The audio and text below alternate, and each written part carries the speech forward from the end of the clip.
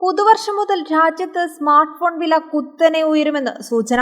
2026 വില വർധനവിന്റെ വർഷമായിരിക്കുമെന്നാണ് ഈ മേഖലയിലെ വിദഗ്ധർ നൽകുന്ന മുന്നറിയിപ്പ്. 15% വരെ വില കൂടാനാണ് സാധ്യത. വില വർദ്ധിക്കുന്ന കാര്യം ഒട്ടുമിക്ക കമ്പനികളുടെയും പരിഗണനയിലുള്ള കാര്യമായിരുന്നു. എന്നാൽ വിപണിയിലെ മത്സരത്തിൽ പിന്നിൽ പോകുമെന്ന ആശങ്ക കാരണമാണ് പല കമ്പനികളും ഇതിന് തയ്യാറാകാത്തത്.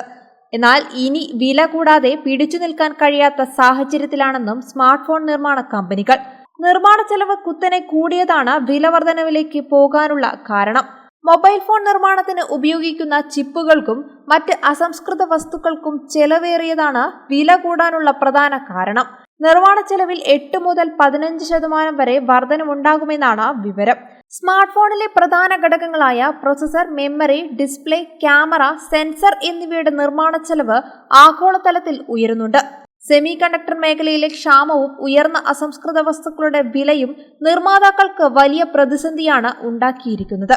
5G ചിപ്സെറ്റുകളും AI ശേഷിയുള്ള പ്രൊസസറുകളും നിർമ്മിക്കാൻ കൂടുതൽ നിക്ഷേപം ആവശ്യമാണ്. ഇതിന്റെ ചെലവുകളും കമ്പനിക്ക് പ്രതിസന്ധിയുണ്ടാക്കുകയാണ്. ഇതും വില വർധനവിലേക്ക് നയിക്കുന്ന ഘടകമാണ്. സ്മാർട്ട് ഫോൺ ഘടകങ്ങളുടെ വലിയൊരു ഭാഗം ഇറക്കുമതിയാണ്. രൂപയുടെ മൂല്യം ഡോളറിനെതിരെ ഇടിയുമ്പോൾ കമ്പനികൾക്ക് ഇറക്കുമതി ചെലവും കൂടും. ഈ സാഹചര്യത്തിലാണ് വിവിധ മോഡലുകൾക്ക് വില വർദ്ധിപ്പിക്കാൻ കമ്പനി ആലോചിക്കുന്നത്.